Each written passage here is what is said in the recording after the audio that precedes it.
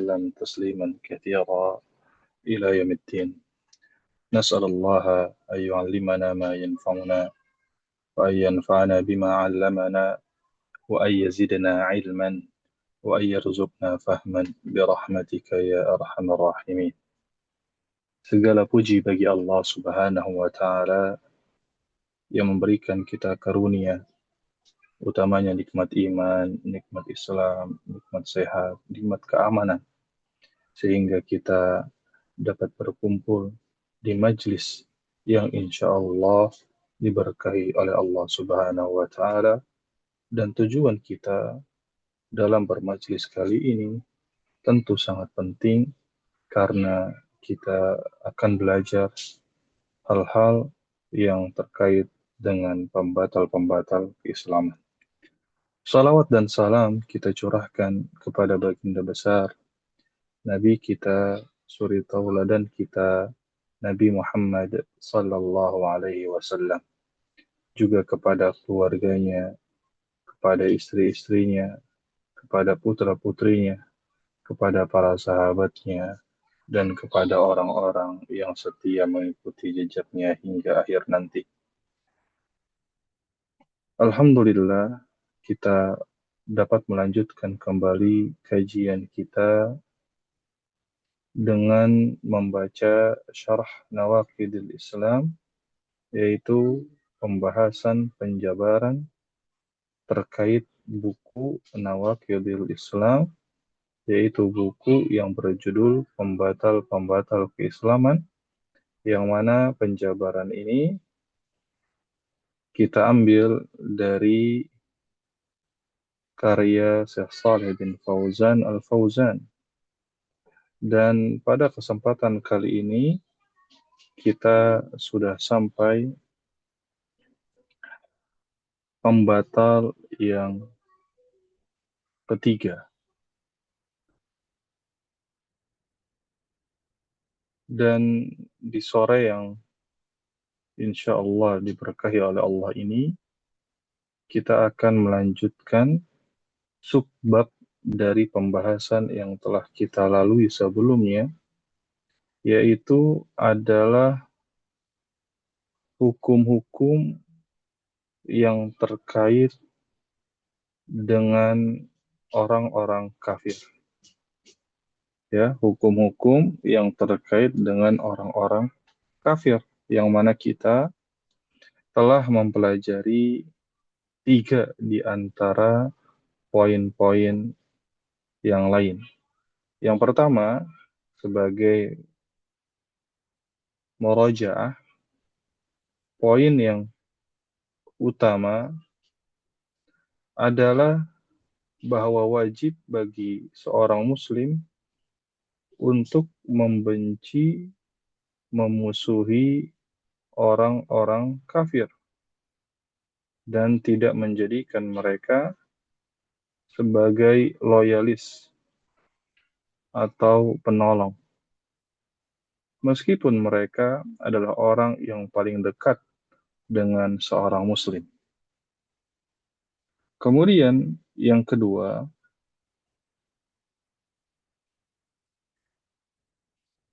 yang telah kita pelajari juga, di sana penulis mengatakan mimma yatarattabu ala takfiril musyrik annahu idza mata al musyriku wal kafiru fa innal muslima la yatawalla janazatahu illa idza lam yujad man yadfinuhu. Ya. Aturan yang kedua terkait orang kafir adalah tidak ikut mensolat, tidak ikut mengurusi, tidak ikut mengurusi orang-orang kafir yang meninggal dunia, kecuali jika tidak ada seorang pun dari kalangan orang kafir yang menguburinya.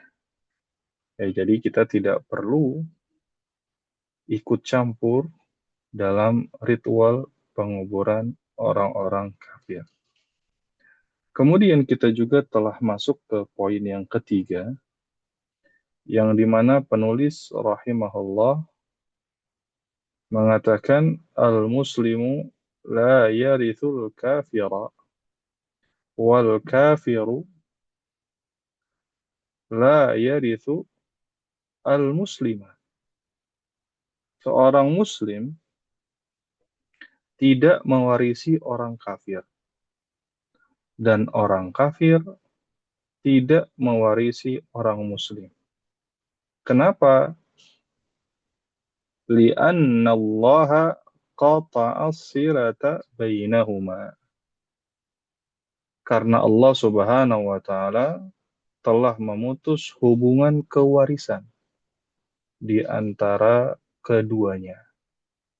Fala yatawarathul muslimuna wal kuffar. Maka kaum muslimin dan orang-orang kafir tidak boleh saling mewarisi. Nah, itulah 3 poin yang telah kita pelajari sebelumnya sebagai murajaah, dan pada kesempatan kali ini kita masuk poin yang keempat. Di sana penulis hafizahullah mengatakan rabi'an, aturan yang keempat yang perlu kita pelajari adalah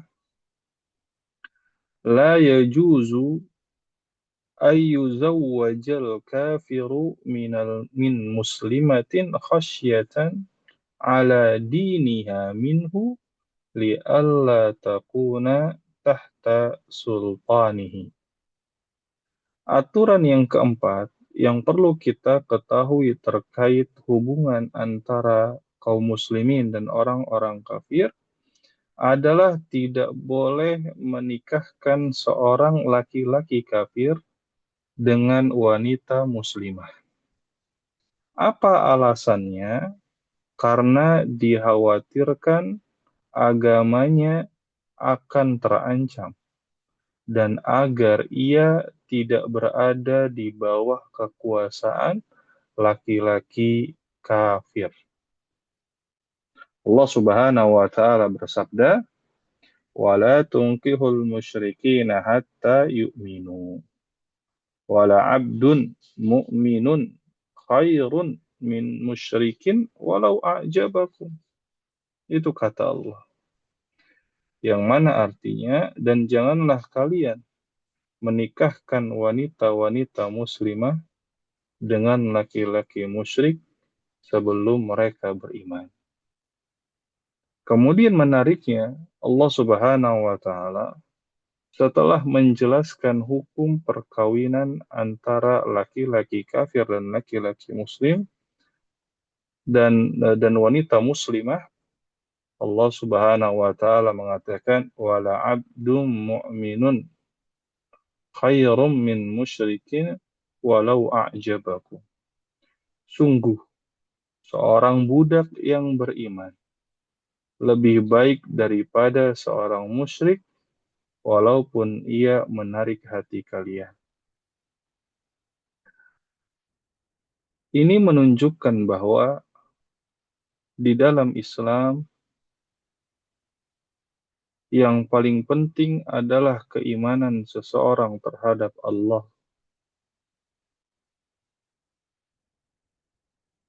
Bukan dilihat dari paras yang rupawan atau harta yang berlimpah atau kedudukan yang baik di tengah masyarakat. Yang paling utama adalah keimanan. Karenanya di sini Allah Subhanahu wa taala menyebutkan wala abdun, dan sungguh seorang hamba sahaya yang beriman kepada Allah dan Rasul-Nya lebih baik daripada orang musyrik, meskipun kalian terlena dengan keindahan atau pangkat dari orang-orang kafir tersebut. Jadi di sini Allah Subhanahu wa taala sama sekali tidak menyinggung unsur duniawi dalam menetapkan keagungan dan kedekatan seseorang kepada Allah. Yang Allah singgung adalah keimanan. Meskipun strata sosial orang yang beriman tersebut adalah strata yang paling rendah di kalangan masyarakat. Sebagaimana yang telah kita ketahui, bahwa seorang budak tidak memiliki harta, bahkan jiwanya ia pun tak memilikinya. Tetapi jika ia beriman, ia lebih agung, lebih baik daripada orang musyrik, ya. Meskipun orang musyrik itu menarik hati kalian. Wa qala ta'ala, kemudian penulis menukilkan firman Allah yang lain, yaitu surat Al-Mumtahanah ayat 10. Fa'in alimtumuhunna, ya, mu'minatin fala tarji'uhunna ilal kuffar la hunna hillul lahum wa lahum yahilluna lahun. Apabila kalian telah mengetahui bahwa mereka wanita-wanita yang hijrah itu benar-benar beriman, maka janganlah kalian kembalikan mereka kepada orang-orang kafir. Mereka tidak halal bagi orang kafir itu, dan orang kafir itu pun tidak halal bagi mereka.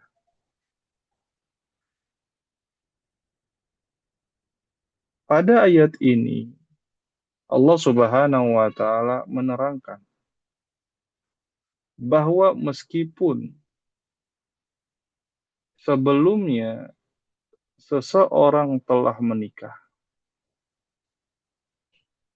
kemudian wanita tersebut masuk Islam sebelum suaminya masuk Islam atau suaminya masih tetap dalam kekufuran,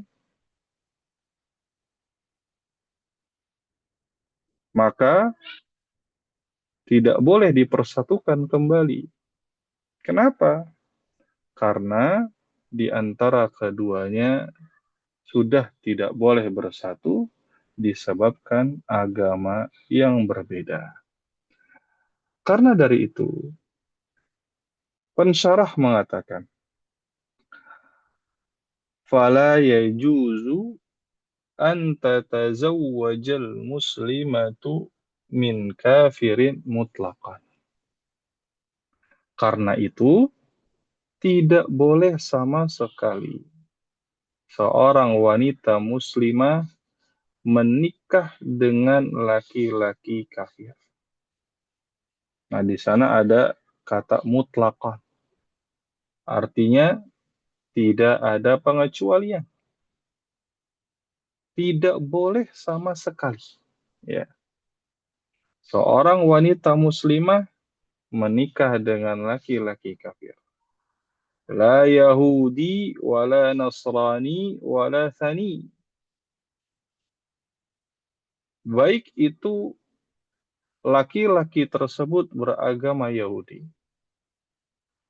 atau laki-laki tersebut beragama Nasrani, atau laki-laki tersebut adalah seorang penyembah berhala. Apapun jenis agamanya, selama dia bukan Islam, maka tidak boleh dinikahkan dengan wanita muslimah. Wa amma tazawujul muslimi minal kafirah. Adapun laki-laki muslim menikahi wanita yang masih kafir, fa in kanat wathaniyatan fa innahu la yajuzu ay yatazawwaja biha. Maka jika wanita itu adalah orang yang masih menyembah berhala, bukan dari kalangan ahli kitab, maka laki-laki muslim tersebut tidak boleh menikahinya.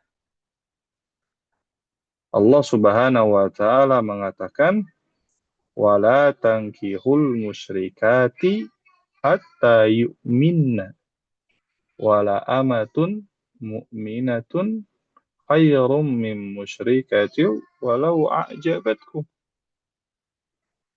Di sana Allah Subhanahu wa taala mengatakan, dan janganlah kalian menikahi wanita-wanita musyrik sebelum mereka beriman.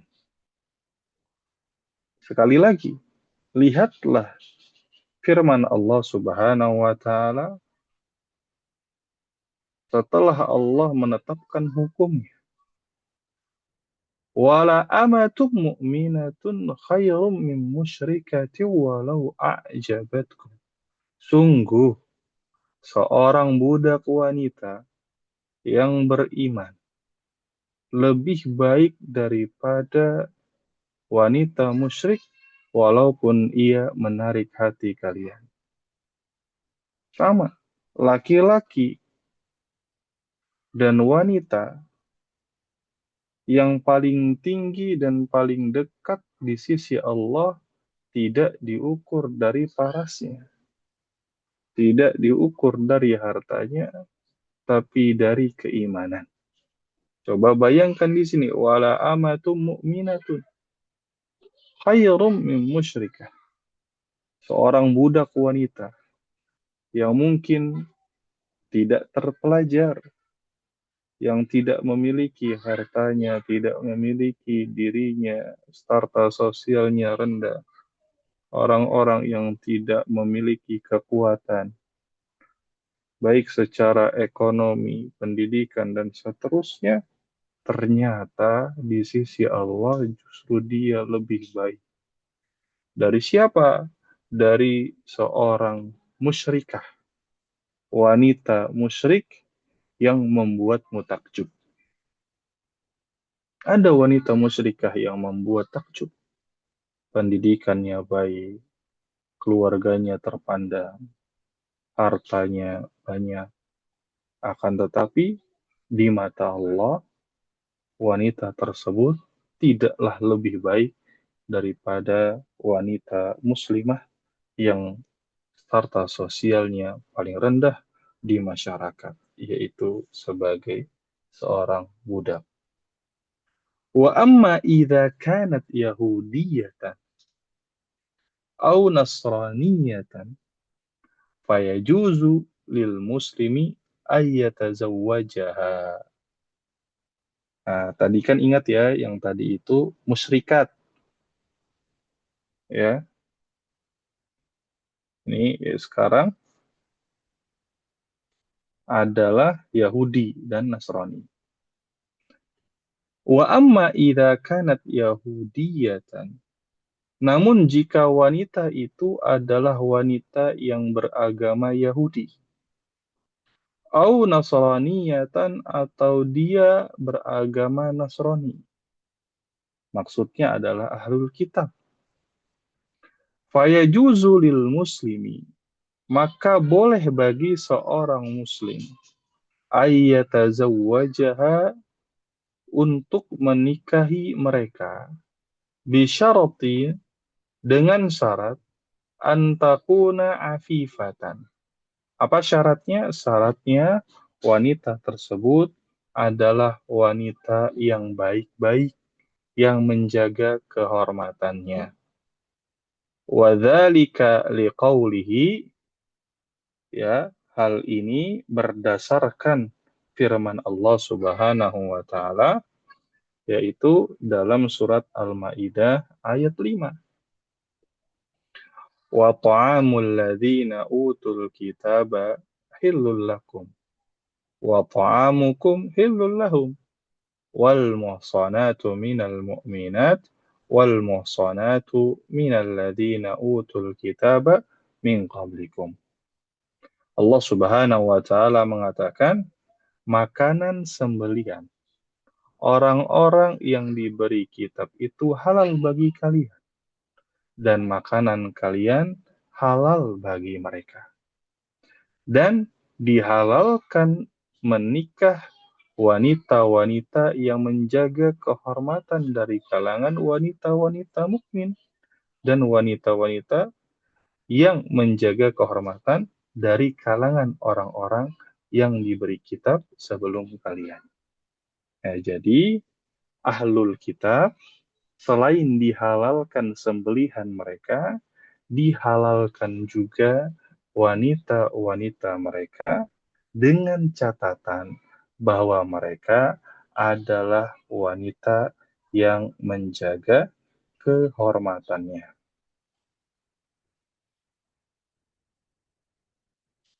Apa yang dimaksud menjaga kehormatan? Nah, di sini diterangkan. Wal muhsanatu, yang disebut dengan wanita muhsanat, apa itu? Hunnal afifatu aniz zina, yaitu wanita yang menjaga dirinya dari perzinahan. فالنصرانية التي تسافه أو تتخذ الأخدان لا يجوز للمسلم أن تزوجها, ya. Maka dengan persyaratan yang telah ditentukan itu, wanita Nasrani yang berzina atau memiliki hubungan gelap tidak boleh dinikahi oleh seorang muslim. Nah, ini harus ya konsekuensi dari hal ini. Jadi yang boleh dinikahi adalah wanita yang terhormat dari kalangan Nasara dan kalangan Yahudi. Wa innama yajuzu ayyatazawwajal yahudiyata wa nasraniyatal afifata fi ardiha. Nah, inilah yang dibolehkan. Ya. Kemudian pensyarah mengatakan, li'annal mar'ata tahta saytaratir rajul. Ya. Karena wanita itu secara fitrah di bawah kepemimpinan laki-laki. Ya, jadi biasanya wanita itu secara fitrah mengikuti laki-lakinya. Jika laki-lakinya rajin, ya, wanitanya juga ikut rajin. Kalau laki-lakinya pemalas, ya wanitanya kurang lebih sama. Kalau laki-lakinya seorang yang bertakwa, wanitanya pun biasanya akan ikut bertakwa. Nah, ketika laki-lakinya seorang muslim, harapannya hidayah tersebut akan masuk ke dalam istrinya. Jikapun tidak, maka wanita tersebut akan terus menjadi wanita yang menjaga kehormatannya. Karena laki-lakinya adalah laki-laki yang muslim, yang beriman kepada Allah Subhanahu wa Ta'ala. Makanya pensyarah mengatakan warubbama tuslimu, ya, yang mungkin wanita itu nanti akan masuk Islam. Wahia tahta sultanihi fayakunu sultanu lil muslimi alal kafirati bikhilafil aqsi fala yakunu sultanu lil kafiri ala muslimati. Ya, hal ini dikarenakan wanita itu berada di bawah kepemimpinan laki-laki. Harapannya apa kalau di bawah kepemimpinan laki-laki? Bisa jadi nanti wanita tersebut masuk Islam ketika berada di bawah kekuasaan suaminya yang muslim. Maka dalam kondisi ini, kekuasaan berada di tangan muslim atas wanita kafir. Ya, jangan sebaliknya. Tidak boleh orang kafir memiliki kekuasaan atas wanita muslimah sebagaimana firman Allah Subhanahu wa taala dalam surat An-Nisa, wala yaj'alallahu lil kafirina 'alal mu'minina sabila, di mana Allah Subhanahu wa taala mengatakan, dan Allah tidak akan memberi jalan bagi orang-orang kafir untuk menguasai orang-orang yang beriman. Kalau kita amati, ya, orang-orang yang eh, menikah dengan orang kafir, ya, biasanya menikah dikarenakan ada hubungan sebelumnya.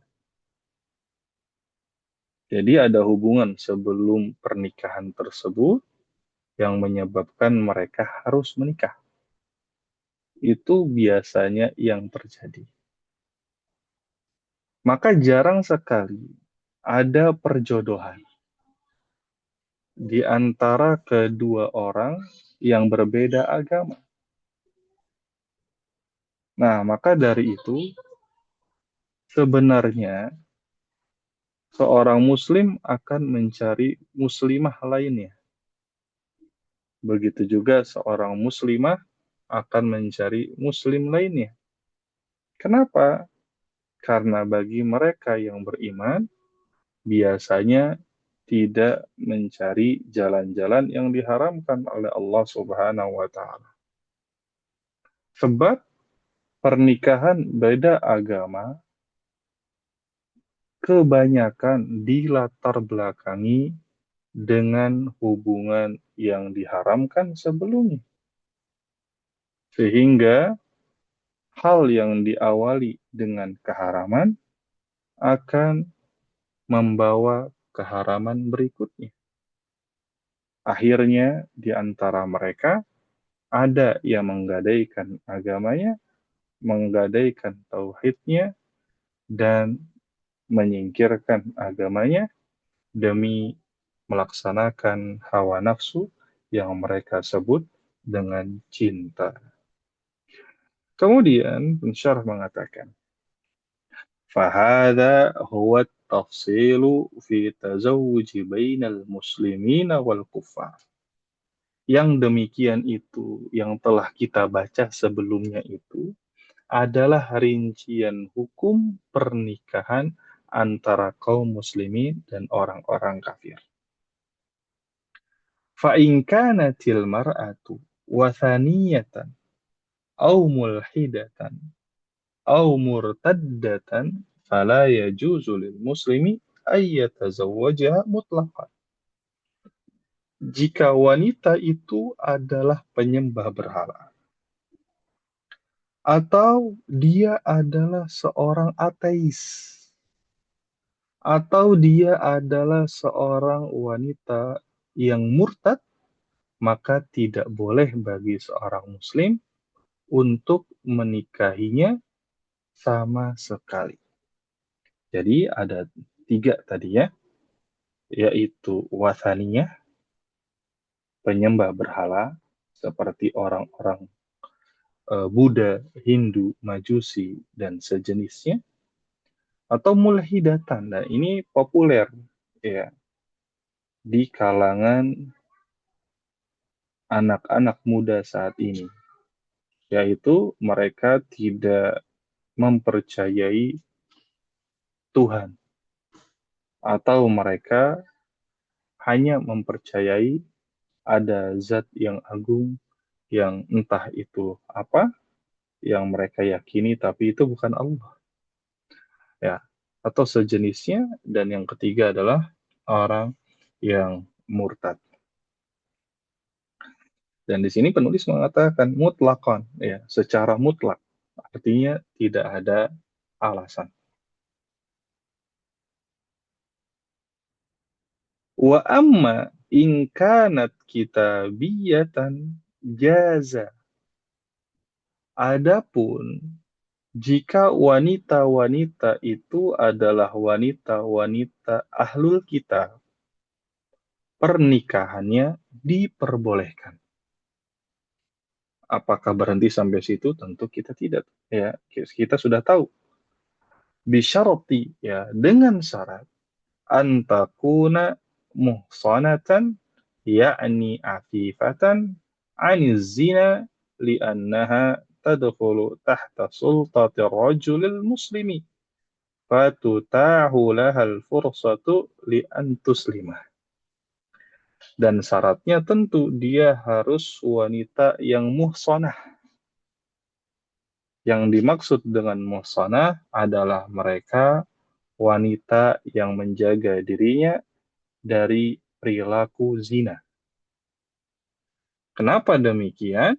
Karena wanita tersebut nantinya akan berada di bawah kepemimpinan laki-laki muslim sehingga terbuka peluang bagi wanita tersebut untuk masuk Islam. Dan untuk kasus laki-laki muslim yang menikahi wanita ahlul kitab, ya ini jarang sekali terjadi dan bahkan beberapa ulama memperketat dalam permasalahan ini dan di antara contoh yang dimudahkan ya adalah ketika seorang lelaki muslim yang beriman hidup di suatu negara yang populasi orang-orang muslimnya sedikit dan sulit dijumpai, maka beberapa ulama memperbolehkan menikahi wanita setempat yang beragama ahlul kitab. Ya, adapun kondisi kita saat ini yang wanita muslimahnya menjadi mayoritas penduduk, maka tidak disarankan ya untuk melakukan pernikahan beda agama. Kenapa demikian? Ya, karena penting bagi kehidupan rumah tangga adalah keselarasan dan kesetaraan. Ya, yang setara, yang selaras, masih banyak persoalan dan tidak jarang di antara mereka yang pupus di tengah jalan, yang berujung kepada perceraian. Bagaimana dengan pasangan yang sedari awal sudah tidak selaras utamanya dalam agama. Baik, sekarang kita masuk poin yang kelima. Khamisan, ya.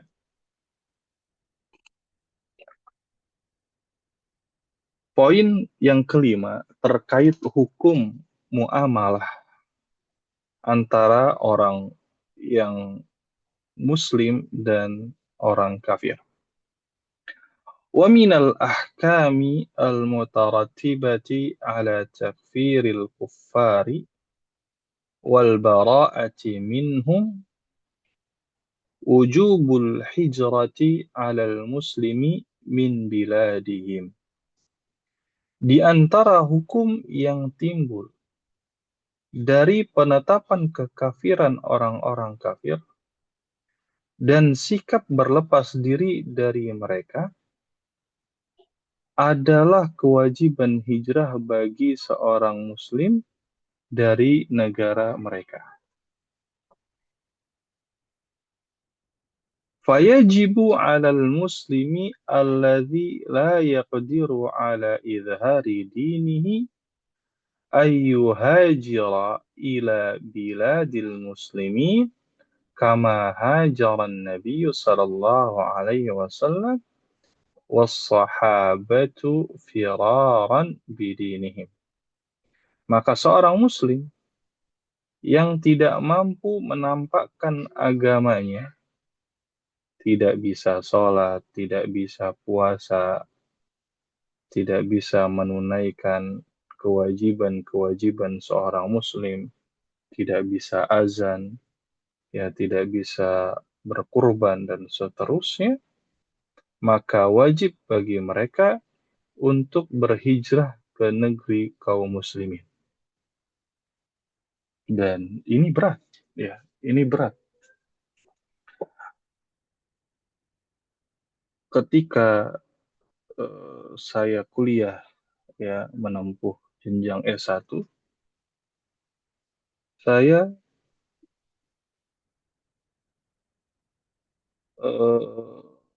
memiliki teman dari Jepang, dan dia adalah satu-satunya Muslim yang hidup di, kalau mungkin saat ini di Indonesia ya, sekabupaten cuma dia yang Islam dan keluarganya. Berat sekali. Ya. Nah, orang yang seperti ini, apa yang dianjurkan dan diwajibkan baginya? Fayajibu 'alal muslim alladzi la yaqdir, apa tadi? Wujubul hijrati 'alal muslimi min biladihim. Ya. Wajib bagi mereka untuk hijrah ke negeri kaum muslimin. Yang bisa dibayangkan, negeri-negeri kafir itu mayoritas, bukan mayoritas ya. Negeri-negeri kafir yang unggul biasanya baik dari sisi ekonominya, dari sisi politiknya, dari segi fasilitas umum dan kesehatannya, semua terjamin, teknologi ada, pekerjaan berlimpah. Coba bayangkan jika kita ada di posisi itu, dan kita ada sebagai seorang Muslim. Dan di negeri tersebut, kita tidak bisa melakukan syiar-syiar Islam yang dianjurkan ditampakkan. Apa yang menjadi tuntutannya? Kita dituntut untuk hijrah. Dan kalau kita lihat negeri-negeri kaum muslimin, kebanyakannya adalah negeri-negeri yang bermasalah secara ekonomi, secara politik, secara kesehatan, pun demikian dengan pekerjaan. Wah, ini sangat berat sekali. Makanya saya ada juga teman orang Amerika yang akhirnya hijrah ke Indonesia dan kehidupannya berubah drastis. Dan ingat, hijrah itu tidak menjamin kehidupan dunia menjadi lebih baik, tapi menjamin kehidupan beragama lebih baik. Ini banyak sekali menyesatkan kaum muslimin, yang mana orang-orang menyangka bahwa ketika ia meninggalkan apa yang Allah larang, Allah akan ganti dengan cepat di dunia dengan kehidupan yang lebih baik. Ya, sehingga apa? Sehingga orang-orang yang salah sangka ini mengira ketika kondisinya tidak berubah menjadi lebih baik, menyalahkan Allah. Ya Allah, bukankah saya sudah meninggalkan apa yang Engkau haramkan? Akan tetapi kondisi saya masih seperti ini. Ya, kalau kita lihat para sahabat, ya, di sebagian besar kehidupannya setelah berhijrah secara ekonomi tidak baik-baik juga. Kita mengenal ahlu sufah. Ahlu sufah itu orang-orang yang berhijrah, yang miskin, yang tidak punya rumah, akhirnya tinggal di pelataran masjid. Di mana masjidnya? Di Masjid Nabawi, di belakang. Apakah ekonomi mereka menjadi unggul dan baik setelah berhijrah? Tidak, tidak ada jaminan itu. Kalau kita katakan ada tidak sahabat yang menjadi unggul setelah berhijrah dalam sisi ekonomi? Ada, tapi tidak semua. Karena itu tidak penting. Yang paling penting adalah apakah dia bisa menghidupkan Islam di negeri hijrah yang baru. Nah, ini jangan sampai kita tertipu. Ya. Ada orang, banyak sekali cerita, ada orang yang hijrah tidak bekerja karena pekerjaan yang dulu haram. Kemudian ia bekerja, ternyata pekerjaan yang sekarang sulit dan ekonominya jatuh. Kemudian dia menyalahkan Allah dan seterusnya. Ini hati-hati. Ya. tidak semuanya menjadi lebih baik secara duniawi, tapi menjadi lebih baik secara ukhrawi. Kemudian penulis mengatakan, qala subhanahu, Allah Subhanahu wa taala mengatakan, innal ladzina tawaffahumul malaikatu zalimi anfusihim. Ya. Nah, ayat ini berbicara tentang mereka yang memiliki kemampuan akan tetapi tidak berhijrah, dan berbicara juga tentang orang-orang yang tidak memiliki kemampuan, ya, namun ingin berhijrah dan merasa ada beban di dalam hatinya. Allah Subhanahu wa taala mengatakan, innal ladzina tawaffahumul malaikatu zalimi anfusihim. Sesungguhnya orang-orang yang diwafatkan oleh malaikat dalam keadaan menzalimi diri mereka sendiri. Ya, ini siapa? Yaitu mereka yang mampu untuk berhijrah, namun mereka meninggalkan perintah hijrah tersebut. Maka para malaikat mengatakan, qalu fima kuntum, qalu kunna mustada'afina fil ard. Qalu alam takun ardullahi wasi'ah. Ya, para malaikat itu berkata kepada mereka, dalam keadaan bagaimana kalian ini? Mereka menjawab, kami dahulu adalah orang-orang yang tertindas di bumi. Maksudnya, di tempat orang-orang kafir, di tempat orang-orang musyrik, mereka ditindas. Mereka tidak mendapatkan haknya. Mereka tidak bisa sholat. Mereka tidak bisa mengumandangkan azan. Segala gerak-gerik mereka dipersempit. Maka mereka itu mengatakan, kami dahulu orang-orang yang tertindas di bumi. Maka para malaikat mengatakan, bukankah bumi Allah itu luas sehingga kalian dapat berhijrah di dalamnya? Ya, artinya kenapa kalian tidak berhijrah? Padahal telah Allah berikan kemampuan kepada kalian. Maka mereka mengatakan, ya, faulaika ma'wahum jahannam wa sa'at masira, ya. Maka para malaikat itu eh, orang-orang yang tidak berhijrah itu, mereka itu tempatnya di neraka jahanam, dan itulah wasa'at masira, dan itulah tempat seburuk-seburuk tempat. Illal mustad'afin. Nah, barulah di sini Allah Subhanahu wa taala mengecualikan di antara kaum muslimin yang tidak berhijrah itu ternyata ada orang-orang yang lemah. Orang-orang yang tidak bisa mengambil banyak pilihan. Kan kalau orang-orang kaya, orang-orang yang memiliki kemampuan yang cukup, itu di antara kenikmatan yang mereka dapati adalah mereka memiliki banyak pilihan, banyak opsi. Saya pengen makan ini atau pengen makan itu ya. Saya pengen pergi ke sana atau pergi ke situ ya. Saya pengen baju yang ini atau baju yang itu ya. Itulah nikmat yang Allah berikan bagi mereka yang diberikan harta yang berlimpah. Tetapi ada di antara kaum muslimin yang tidak mampu berhijrah bukan karena mereka tidak ingin, tetapi karena mereka adalah mustada'afin, yaitu mereka adalah orang-orang yang lemah, orang-orang yang tidak mampu.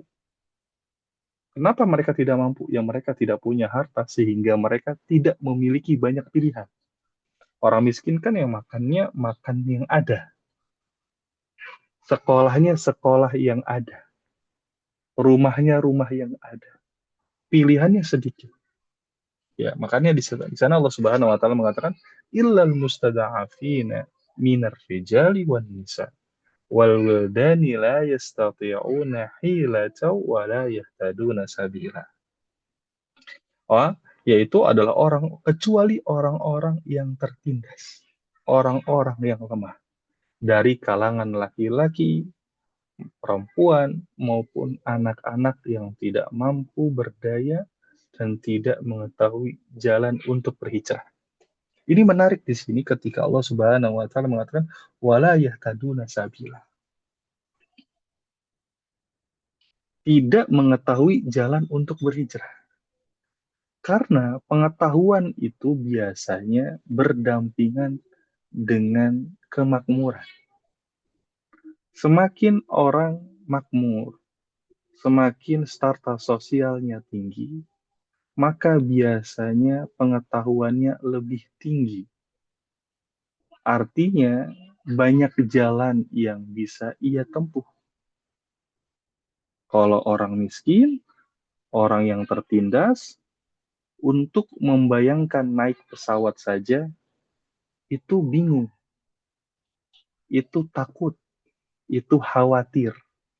Nanti saya beli tiketnya di mana?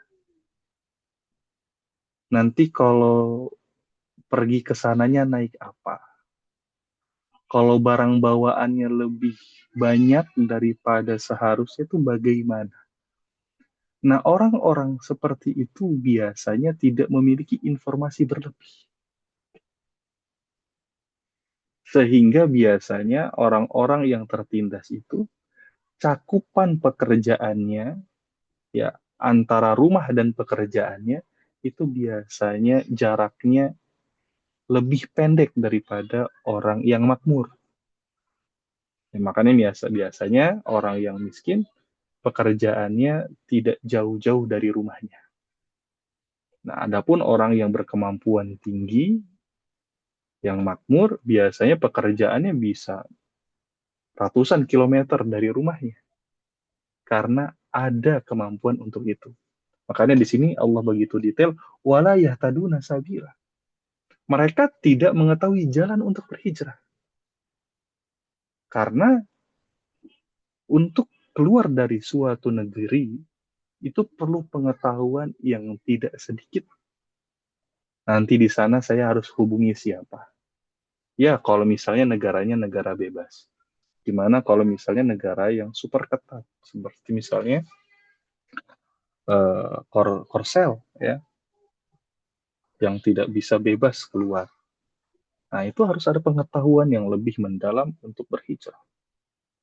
Faulaika asallah ayyafuwa anhum wa kanallah afuwan ghafura. Maka mereka itu mudah-mudahan Allah memaafkan mereka dan Allah Maha Pemaaf lagi Maha Pengampun. Selanjutnya, pensyarah mengatakan, "Falladhi la yastati'u ayyuhajira fa innahu ma'dzurun." Orang-orang yang tidak bisa berhijrah karena kemampuannya, karena ketertindasannya, karena pengetahuan yang sedikit, maka mereka itu adalah orang-orang yang diberikan uzur. Walakinnalladzi yastati'u fatajibu alaihil hijrah. Akan tetapi orang-orang yang diberikan kemampuan, baik secara finansial, kemampuan, keilmuan, maka wajib bagi mereka untuk hijrah. Ya, meskipun dalam konteks ini kita berbicara dari sudut pandang tempat, ya, ini juga sebenarnya berlaku dalam kehidupan yang lebih dekat dengan kita. Misalnya pergaulan, misalnya kompleks yang tidak baik untuk agama kita, atau misalnya lingkungan pekerjaan yang cenderung kepada kemaksiatan. Nah, hal-hal ini kalau kita memiliki kemampuan, kematangan, dan seterusnya, kalau bisa hijrah, hijrah. Ya. Fala yajuzu lahu ayyuqima baina adhur musyrikin. Ya.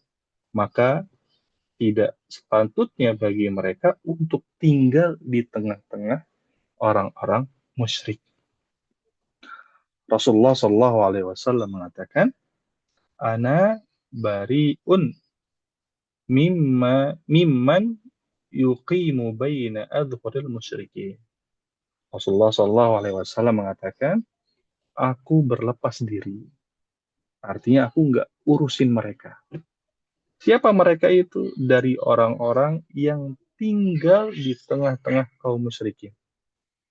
Ya, artinya tidak diayomi, tidak dipedulikan sama Rasulullah. Kenapa? Ya karena ada kesempatan untuk berhijrah. Allah berikan kemampuan, Allah berikan pilihan. Yuk hijrah-hijrah. Tapi dia tetap di sana, ya sudah. Itu bukan tanggung jawab saya. Fayajibu ala alladhi la yaqdiru ala ayyudhira dinahu ayyuhajir. Wajib bagi mereka yang tidak dapat menampilkan keislamannya. TRC al-Islam. Tidak bisa menampilkan agamanya. Wajib bagi mereka untuk hijrah. Nah, ini menarik ya. Menariknya apa? Menariknya orang-orang yang berada di negeri Islam justru saat ini malah berhijrah ke negeri-negeri musyrik. Ya, kalau alasannya dibenarkan mungkin silahkan. Tetapi kalau alasannya tidak dibenarkan, ya, mempertaruhkan agamanya yang biasanya pede dengan keislamannya dan merasa aman terhadap imannya, ya, kemudian akhirnya ia berhijrah justru ke negeri kafir. Demi apa? Demi mendapatkan sebagian dari dunia. Ini banyak terjadi. Fayajibu 'ala alladhi la yaqdiru ala ayyudhira dinahu ayyuhajira. Wal hijratu qarinatul jihadi fi sabilillah azza wa jalla. Ya, hijrah itu adalah pasangan yang selalu disebut bersamaan dengan jihad di jalan Allah Jalla Jalaluhu. Faja'a dzikruha makrunatan ma'al jihad. Jadi kata jihad dan kata hijrah ini biasanya ditulis berdampingan di dalam Al-Quran. Contohnya adalah firman Allah dalam surat Al-Baqarah ayat 218.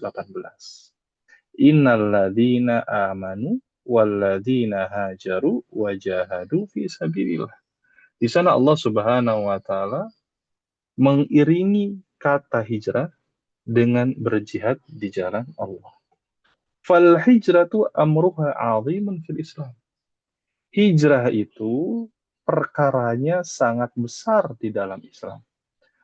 Apa itu hijrah? Wahiyal tiqalu min biladil kufri ila biladil muslimin firaran biddin.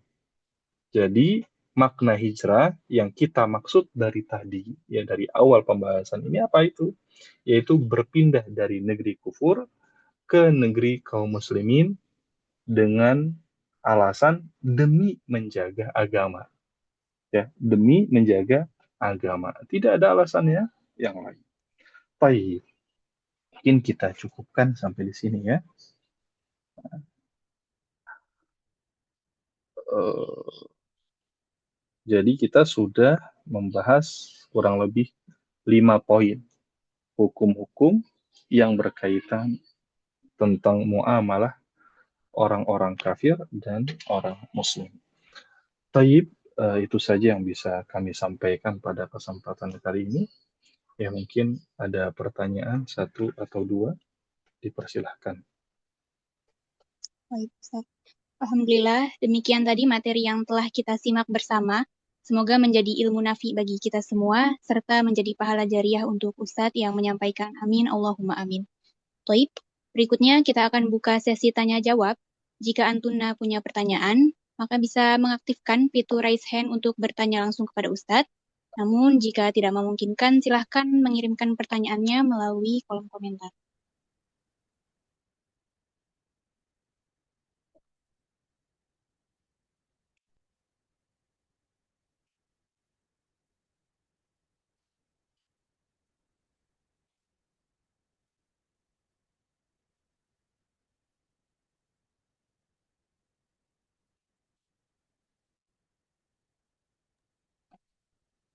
Baik, kami tunggu sebentar, barangkali masih ada yang sedang mengetik pertanyaannya.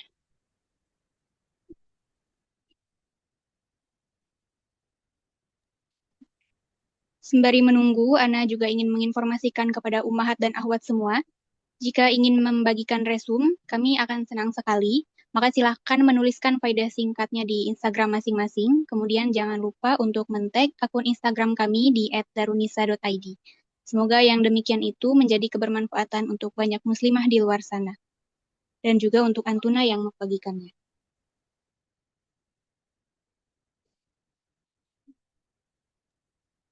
Baik, Alhamdulillah Ustadz sudah ada satu pertanyaan di kolom chat dari Ukti Dewi Sofia. Ana izin membacakan. Ahsanallahu ilaikum Ustadz. Kalau kita bilang terima kasih kepada bulan Maret atas pelajarannya dan selamat datang pada bulan April untuk pengalaman barunya. Kan nggak boleh ya Ustadz sesuai di Nawakidul Islam. Nah, berarti untuk yang tepat seharusnya bagaimana ya Ustadz? Tinggal diganti jazakumullahu khairan atas pelajarannya di bulan Maret gitu atau bagaimana Ustadz? Gimana itu ungkapan seperti apa? Maksudnya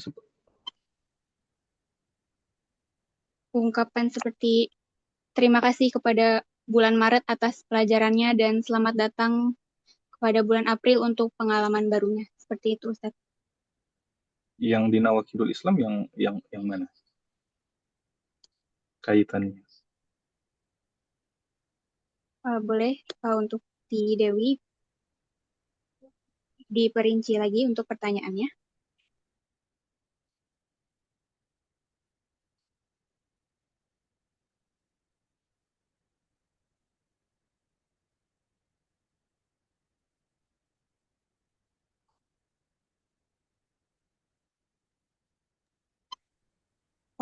Maksudnya berterima kasih kepada selain Allah Ta'ala Ustadz.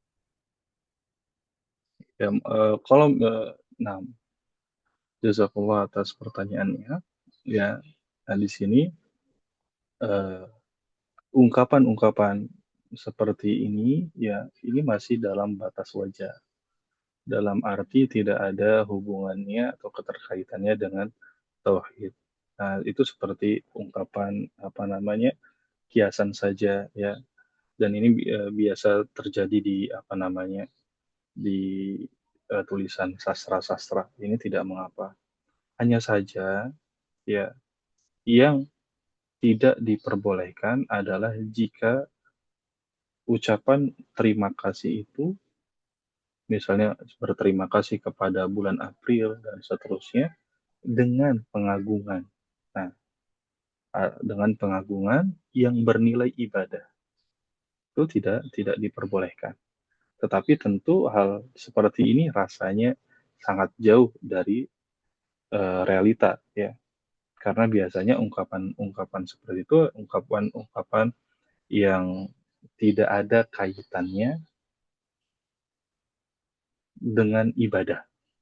Adapun jika ada kaitannya dengan ibadah seperti misalnya mengagungkan bulan April karena kekuatan dan kekhususannya atau malam-malam tertentu kemudian mengatakan saya berterima kasih ya atas kebaikan-kebaikan bulan April dan sejenisnya dengan keyakinan bahwa waktu tersebut memiliki keagungan atau kekhususan yang melebihi daripada eh, apa namanya wajarnya, ya maka ini diharamkan.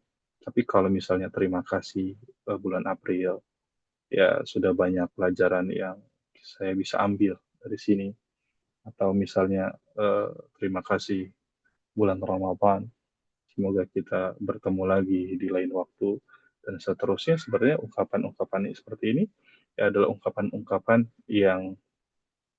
yang boleh ya, tidak ada keterkaitannya dengan agama ya atau ibadah. Ya tentu kalau berbicara tentang keafdolian, tentu ucapan alhamdulillah dan bersyukur kepada Allah atas waktu yang diberikan juga pengalaman pelajaran yang Allah berikan pada bulan tersebut itu tentu lebih baik.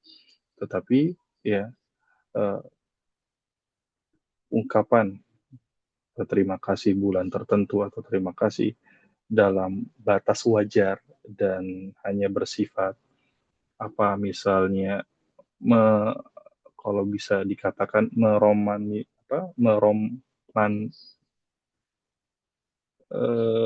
seperti pujangga ya seperti itu ya itu tidak mengapa ya asalkan tidak memiliki keyakinan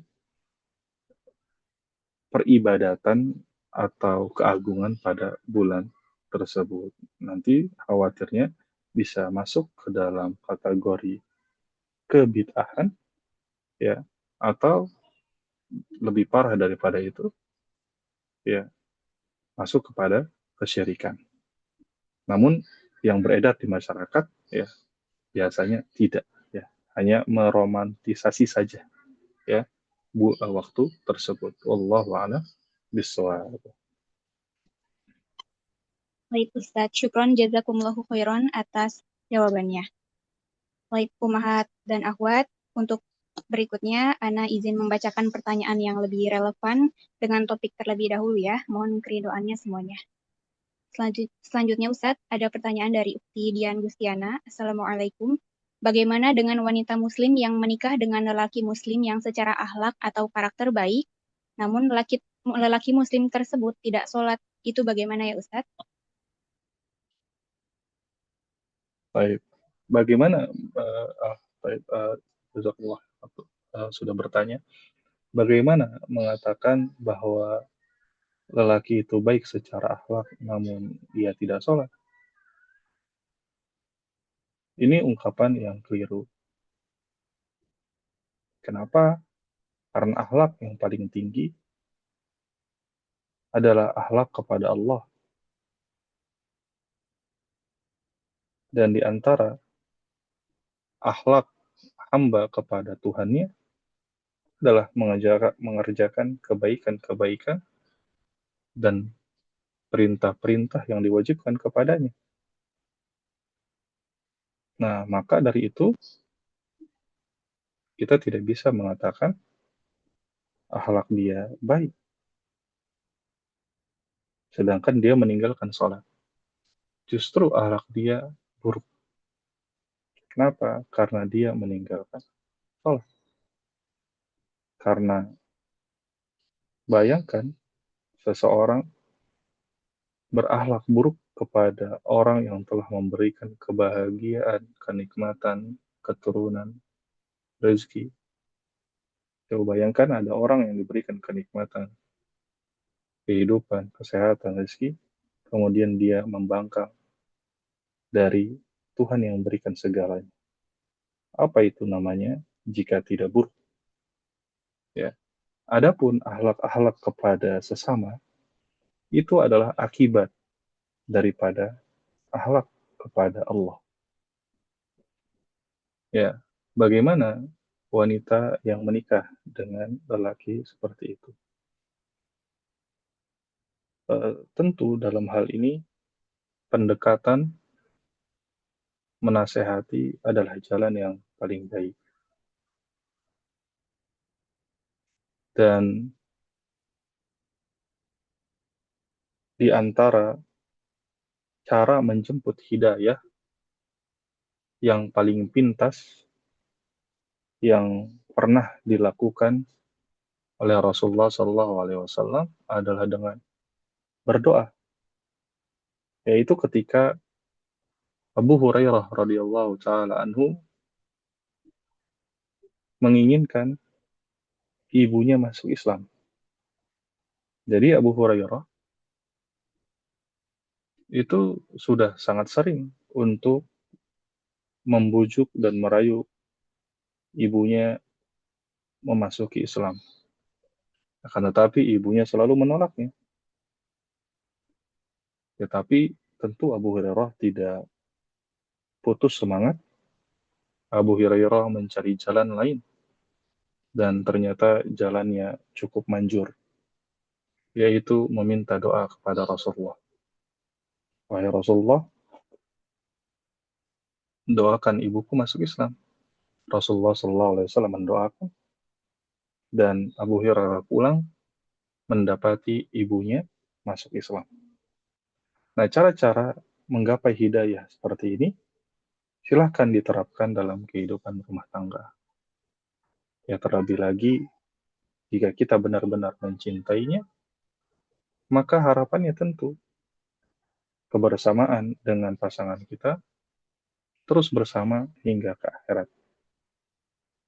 Maka dari itu, ya, cinta yang Rasulullah SAW berikan kepada pamannya adalah cinta sejati, di mana dia masih berharap pamannya masuk Islam, mendapatkan hidayah, meskipun ya akhirnya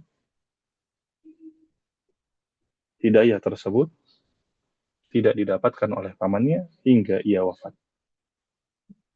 Nah, di antara anjuran ya dalam hal ini adalah terus menasehati dan mencarikan jalan-jalan hidayah untuk suami. Kemudian ya selama eh, suami masih menerima saran-saran kita, kemudian kita juga bercermin kepada diri kita bahwa kita menasehatinya dengan cara yang baik, ya maka bersamailah dia, ya bersamailah dia.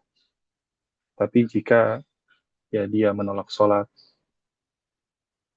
dengan keyakinan bahwa sholat itu adalah sesuatu yang tidak wajib, ya, atau hal-hal yang menjerumuskan ia dalam kekafiran, kemudian tidak ada syubhat pada mereka, artinya syubhat-syubhat itu sudah dibantah dan diketahui, maka lebih baik berkonsultasi kepada orang yang ahli tentang duduk perkara. Ya, datangkan keduanya, kemudian bicarakan apakah suami saya ini masih dalam kategori muslim atau tidak. Ya, karena beberapa golongan kaum muslimin mereka hanya Islam dengan KTP saja. Bahkan banyak sekali orang-orang yang mengatakan bahwa sholat itu tidak wajib, tidak wajib untuk saya. Yang wajib adalah keimanan di dalam hati. Banyak hal seperti ini. Nah, tentu hal seperti ini tidak bisa selesai dengan hanya pertanyaan dan jawaban dari online seperti ini. Ya, jadi ibu harus datang kepada pakarnya, duduk bersama dan berdiskusi tentang apa yang dialami. Ya, jadi seperti itu. Tapi itu tentu adalah hal yang jauh harapannya ya. Jadi masih ada nasihat dan seterusnya. Kemudian masih meyakini bahwa sholat itu wajib, maka dia masih seorang muslim. Dan berikanlah dia hak seorang muslim dan hak sebagai seorang suami. Allahu a'lam bishawab. Baik, Ustadz. Syukron jazakumullahu khairan atas jawabannya. Afwan, Ustadz, masih terdapat sekitar 3 pertanyaan lagi. Apakah masih dapat dilanjutkan atau dicukupkan sampai sini? Kita cukupkan saja. Ya, cukupkan saja. Nah, Ustadz. Ahwat dan Umahat, kita memiliki waktu yang qadarullah terbatas, sehingga penjelasan tadi sekaligus menjadi penutup sesi ini. Semoga bisa dimaklumi ya. Jika ada pertanyaan yang tidak sempat tersampaikan, semoga Allah karuniakan pertemuan serupa ini di lain kesempatan. Dan kini kita telah berada di penghujung acara biiznillah. Ana mewakili seluruh peserta juga tim kajian Darunisa mengucapkan terima kasih banyak kepada Ustadz, teriring doa jazakumullahu khairan wa barakallahu fikum. Semoga Ustadz beserta keluarga selalu sehat dan dalam penjagaan terbaik Allah Ta'ala. Amin, Allahumma amin. Tanpa mengurangi rasa hormat, Ana persilakan kepada Ustadz apabila ingin meninggalkan ruang Zoom terlebih dahulu.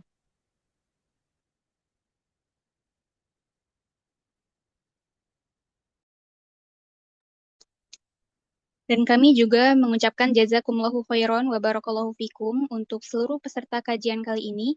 Semoga Allah berikan pemahaman yang membuahkan amal soleh yang besar pahalanya di sisi Allah Ta'ala, dan Allah berkahi waktunya yang telah diberikan pada majelis ini. Kemudian, kami ingin menginformasikan bahwa Darunisa membuka program Halaqah Umum Tahsi Tilawah Bil'ada khusus muslimah bersama dengan Ustadzah Septi Anggraini Hafidahullah setiap hari Kamis jam 10 pagi sampai selesai. Halokoh ini dilaksanakan secara live via Telegram, jadi bagi Antuna yang tertarik bisa bergabung di Telegram kami, Darunisa Indonesia, atau bisa juga menghubungi admin. Kemudian insya Allah Darunisa juga akan membuka pendaftaran program Tahsin dan Bahasa Arab. Maka bagi Antuna yang juga berminat, mohon dinantikan informasi selanjutnya melalui media sosial Darunisa. Jangan lupa untuk pantau selalu akun sosial media Darunisa untuk mendapatkan info terbaru seputar kajian-kajian muslimah lainnya agar tidak ketinggalan informasi, dan menyalakan notifikasi Instagram @darunisa.id, dan mari bergabung di channel Telegram kami Darunisa Indonesia. Terakhir, Ana pribadi juga memohon maaf jika selama membawakan acara masih terdapat banyak kesalahan. Mari kita tutup kajian kali ini dengan doa kafaratul majlis. Subhanakallahumma wa bihamdika asyhadu an la ilaha illa anta astaghfiruka wa atubu ilaih. Wassalamualaikum warahmatullahi wabarakatuh.